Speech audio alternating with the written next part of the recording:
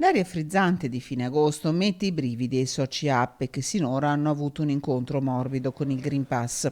È quanto emerge da un sondaggio su una platea di un centinaio tra baristi e ristoratori padovani. I risultati del sondaggio a 3 settimane dall'avvio del Green Pass dimostrano come sia dal lato dei consumatori che dal lato degli esercenti le modalità di accesso ai locali siano state in gran parte assorbite. Il 43% dei clienti non ha avuto sinora problemi con il Green Pass, il 36% qualche lamentela.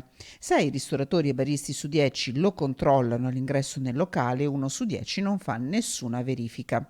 L'incognita vera è il prossimo autunno, quando i Deor non potranno più essere utilizzati, un'incognita che preoccupa la stragrande maggioranza dei pubblici esercizi. Alcuni hanno già previsto che installeranno dei funghi riscaldanti, ad esempio nelle aree esterne, oppure cercheranno di richiudere in qualche modo le verande su uno o su due lati, però ci sono tantissime attività che non hanno plateatico esterno o se ce l'hanno è un plateatico non adeguato ad accogliere un numero sufficiente di clienti. Difficoltà che vanno ad aggiungersi alla ridotta capienza dei locali causa distanziamento.